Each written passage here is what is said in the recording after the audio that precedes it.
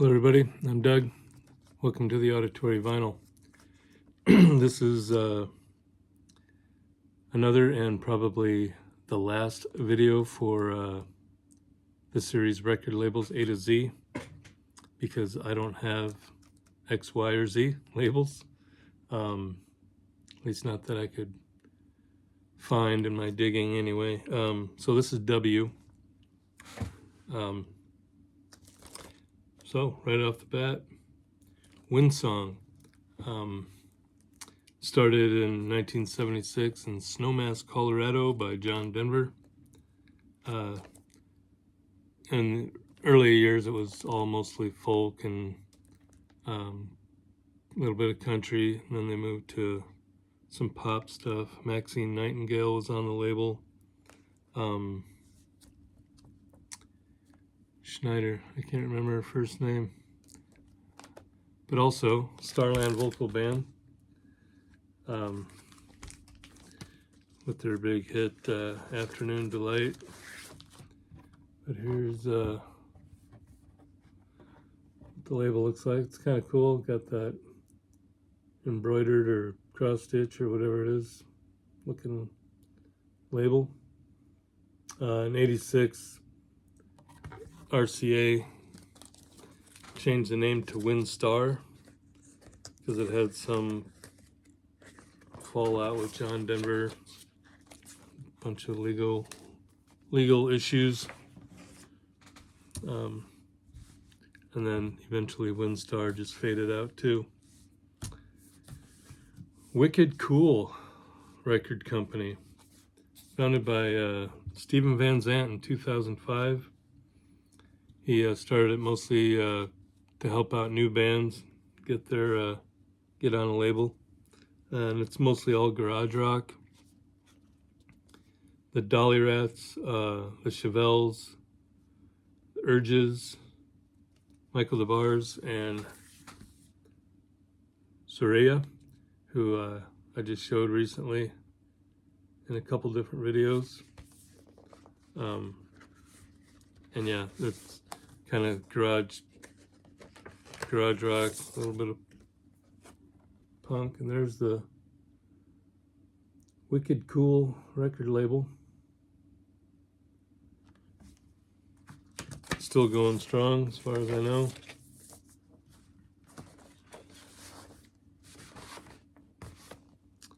White Whale.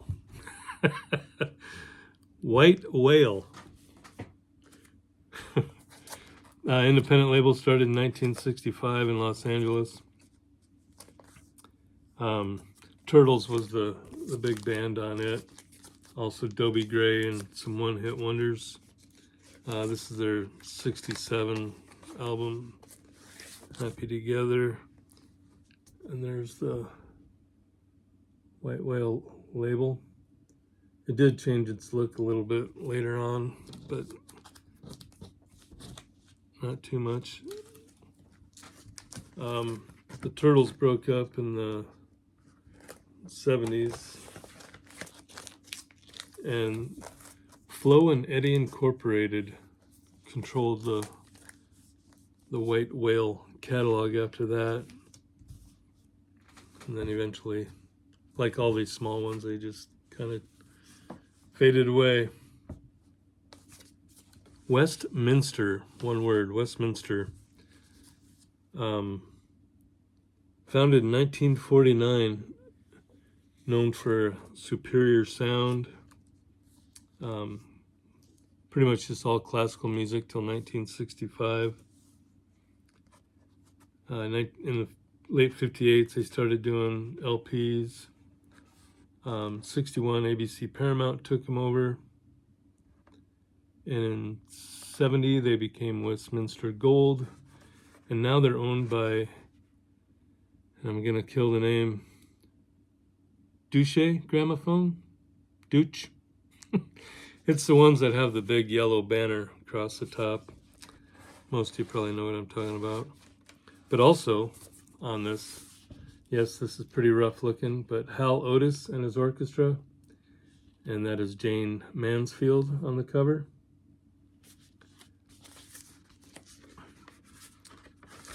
And here is the label. They also had a few different colors. I think there's a green one. Excuse me. Yeah, so that's Westminster. Need a beverage, evidently. Try to get through this last one. Wand. Independent label, started in '61. Mostly R&B and rock. Sub-label of Scepter Records. Isley Brothers, Maxine Brown, and the Kingsmen. This is Kingsmen Volume 3, where they do Shout, Tall Cool One, Jolly Green Giant, and the Wand label. 76, they were sold to Springboard, and then sold to Gusto, and now the catalog is owned by MCA and Polydor, depends on what country. Guess we'll do that next. So that's it for the W's, and like I said, I did find one Y, but it was such a small label, like a sub-label of a sub-label of another one, and I didn't have any information. And then the label is a custom label for the artist, so it didn't really show the logo anyway. But so no XYZ, this is it.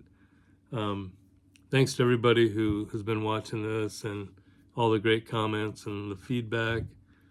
I've learned a lot, and some people have, commented with extra information on some of the labels, and it's been a fun little series. I kind of wish I would have, and I mentioned this to Brian at Embryonic Robot, that maybe I should have done like one letter at a time and made each letter a thread, and then everybody could have jumped in on it. But maybe in a couple of years or something, try that again or something. I don't know. So thanks again. Appreciate everybody watching all these videos and commenting. And now I'm gonna probably jump on a couple other threads and make a few more videos. See you in a few.